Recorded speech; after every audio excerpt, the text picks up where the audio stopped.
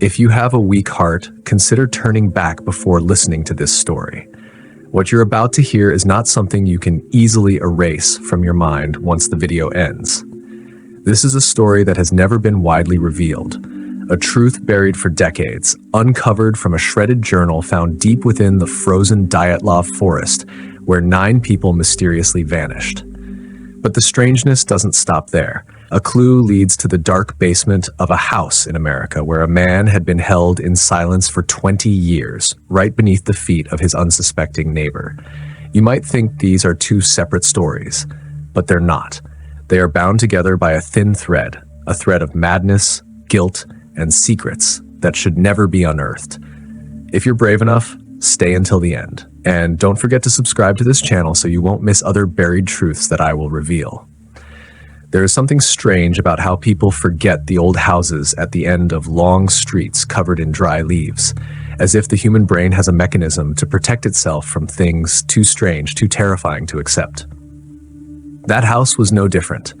Number 74, Hollow Creek Street, dilapidated, moldy, and never mentioned in the daily conversations of the neighborhood. People walked past it as if it didn't exist. Children never went near it, and even soccer balls that accidentally landed in its yard were left behind.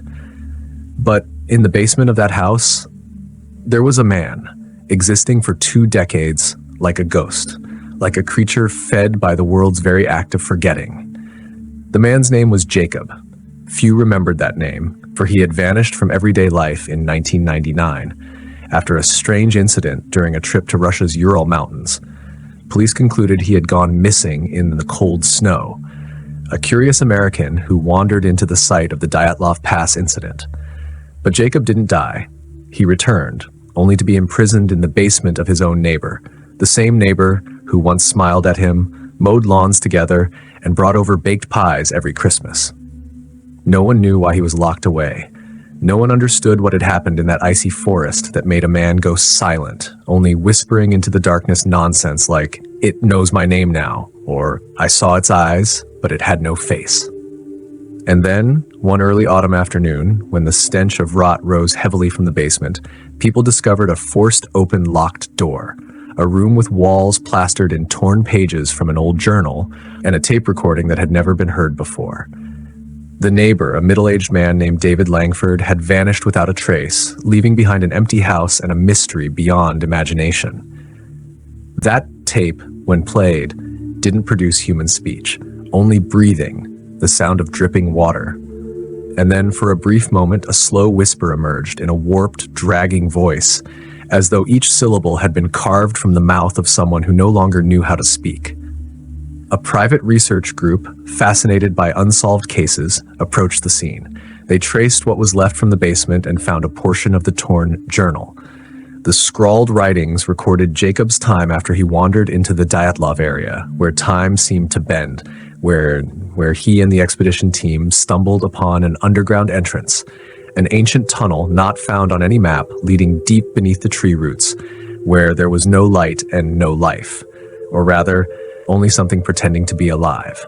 Jacob wrote that they heard voices, not from anyone in the group, not from the radio, but from within their own minds. A voice without sound, yet it forced understanding upon the listener. It spoke of judgment, of betrayal, and of the price of curiosity. One by one, the group began to lose their minds. Some tore the skin from their own hands, others jumped into ravines despite no signs of hallucination. Jacob was the only survivor, but to leave that place, he had to do something he never spoke of except for a single line written in blood. "I gave it what it wanted, but it said it wasn't full." When Jacob returned to America, he told no one what had happened. He tried to live a normal life until David, the neighbor, began hearing whispers from his own basement, voices calling his name in his mother's voice, though she had died 30 years earlier. Light taps on the walls every night, steady as a heartbeat. And sometimes, when he touched the wall, it was warm, like human skin. David had once been a psychiatrist, had helped dozens escape delusions, but this time he believed what he heard. He began watching Jacob, listening to his mutterings at night, secretly reading the scattered notes around his house. And then one day, he decided to lock Jacob away. Not because he feared Jacob, but because he believed Jacob had brought something back, something that had escaped from the Dyatlov forest, something that had followed him here. And if he didn't stop it, no one else would be sane enough to do it. For 20 years, David cared for Jacob, fed him, kept him in the dark, watched every word he whispered. He pieced together the shredded pages of the journal, every fragment of information about the underground entity, the thing with no name, no face, only a voice that trickled like groundwater through stone. But what David didn't realize was it had never been imprisoned. It was never brought back by Jacob. It had followed David, through dreams, through cracks in the wall, through thoughts he believed were his own. Until David disappeared and the house was abandoned, the only thing left behind was the tape, a final piece of evidence that this story was not merely the delusion of madmen. No one dared enter house number 74 after police cleared the scene. The basement was sealed off, but firefighters said it felt freezing cold down there, despite the neighborhood's heaters still running. One of them, a retired firefighter named Thomas, said that when he touched the damp stone wall, he heard a faint sigh, not from someone nearby, but from inside the wall. The story was buried because no one wanted another strange disappearance to cause panic. But one person wouldn't let it go, Eliza Hart.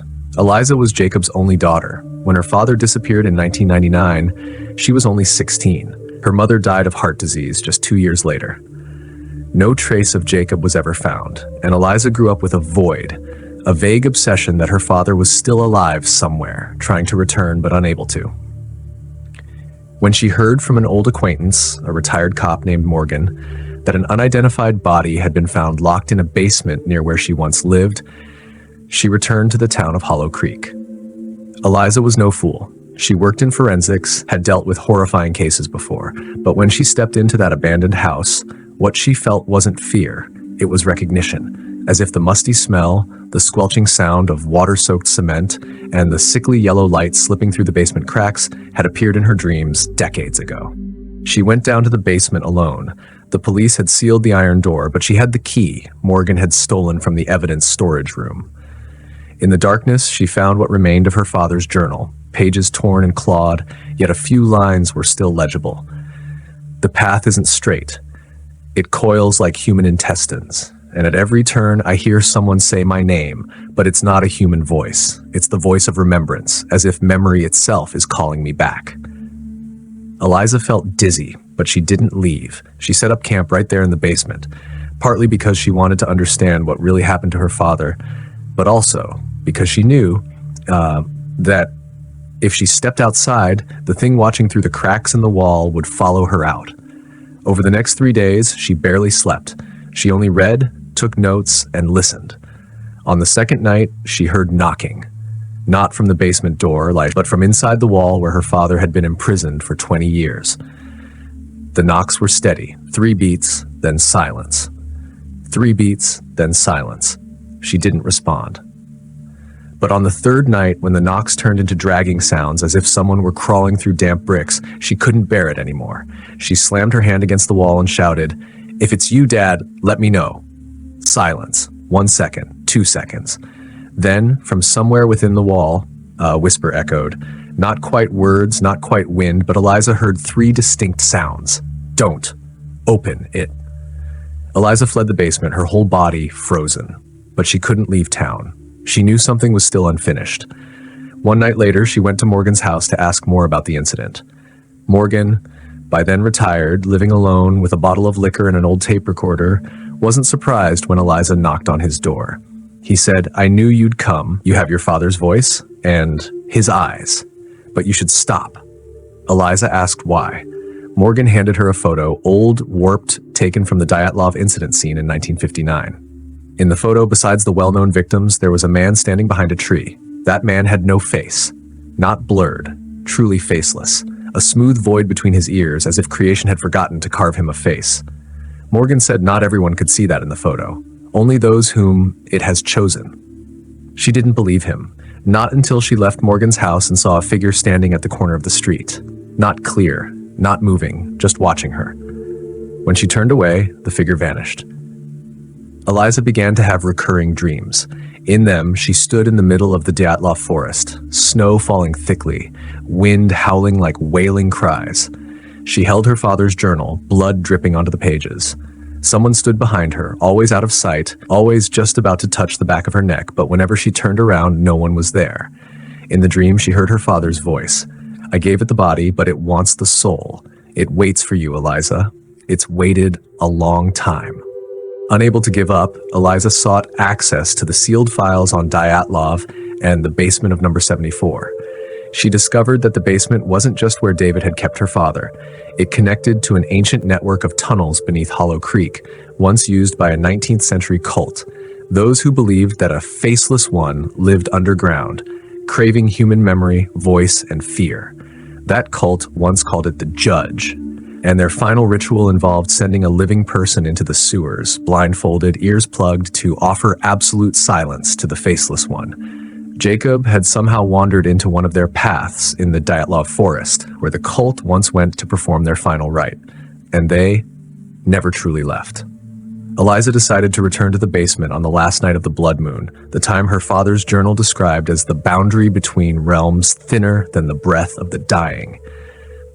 She prepared a flashlight, a knife, and a recorder. But when the basement door closed behind her, she knew deep down she would never return as Eliza again, because what lives in the dark does not take the body. It changes the soul. I'll tell you what happened next.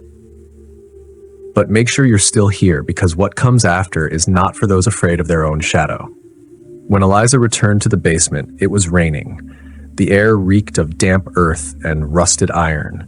She didn't bring her phone, knowing electronics often failed in that place. What she needed was memory and silence. The basement door shut on its own behind her, with a dull thud like an ancient curse being sealed.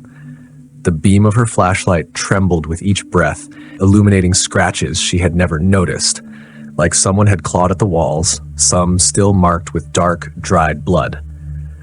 She stepped slowly toward the end of the basement, where her father had once been imprisoned, where David, the neighbor, had hidden horror for 20 years. The stone wall there had crumbled, revealing a narrow passageway, deep and dark like a living black hole. The air inside was so cold, her breath froze the moment it left her lips. Whispers echoed from every direction, impossible to trace. She ducked down and stepped in, as if crawling through the throat of some vast, damp, living creature. The narrow path led her to a lower level, where the walls shifted from cement to ancient limestone, covered in moss and blood-stained ritual markings. On the walls were symbols belonging to no language Eliza had ever known, twisting lines repeating like brainwaves. She felt a searing pain in her head, as if each glyph were burrowing into her mind. But she didn't stop, because at the end of that corridor she saw her father. Not a corpse, not a ghost, but a hunched figure in the shadows, hands clawed over its face as if trying to hide something. As Eliza approached, the figure slowly raised its head, but where eyes, nose, and mouth should have been, there was only smooth skin, like a mask never carved. Though it had no eyes, it saw her. Though it had no mouth, she heard her father's voice echo in her mind. "You shouldn't have come. It's hungry. It remembers you." Eliza froze, her heart pounded. Behind her father, or whatever had once been her father, a shadow began to swell, as if the darkness itself had come alive. A towering figure reaching the ceiling, boneless, faceless, with a gliding form that sent tremors through the stone walls with each step. It didn't need to attack. It remembered. Eliza saw her childhood, her mother crying in the kitchen at night, believing Jacob had run away. She saw herself at 8 years old, the first night she dreamed of her father crying for help from beneath the ground. She saw David, the neighbor, bringing food to the basement and never returning for hours. She saw herself, watching from the window, doing nothing. The creature didn't kill. It made its victims consume themselves from within until they unraveled. Eliza drew her knife, not to fight, but to remind herself she was still awake. She stepped back, breathing hard, her hands shaking from fear. But when the shadow touched her feet, she didn't feel cold. She felt at home. A false but seductive sensation, as if the creature were saying, "Let me keep your memories. No more pain, no more loneliness." And she nearly agreed, until the recorder in her pocket played, a fragment from her father's journal. "If you hear this, Don't believe what it whispers. That's not my voice. It's the voice you forgot, and that's what makes it strong. Eliza screamed and threw the flashlight at the creature. The darkness recoiled for a moment. She embraced the figure before her, faceless, broken, and whispered, "You are not a memory. You are the man who fought until the very end." She pulled him toward the basement door, but the way was sealed. There was no way back. The creature didn't chase them, because it knew it had already planted a seed. A part of it was inside Eliza. 6 days later, the people of Hollow Creek saw Eliza return to town. She said nothing, just silence, with a strangely serene face. When asked about what happened in the basement, she only shook her head. But from that day on, people began to hear whispers at night from house number 74. Not her father's voice, but a woman's voice, calling someone's name. No one knows how Eliza escaped. But after she left town, 3 people went missing. All 3 had once touched Jacob's journal in the evidence archive. It no longer needed the basement. It had stepped outside. And if you listen closely on quiet nights when the only sounds in your home are the fridge and the wind slipping through the windows, pay attention. If you hear someone calling your name, very softly, very near, but from no clear direction, don't answer, because it's looking for the next one. You've just listened to a true horror story based on mysterious, never-before-released case files. If the whispers in the dark still linger, don't forget to subscribe to the channel to uncover the next terrifying mystery before you become part of it.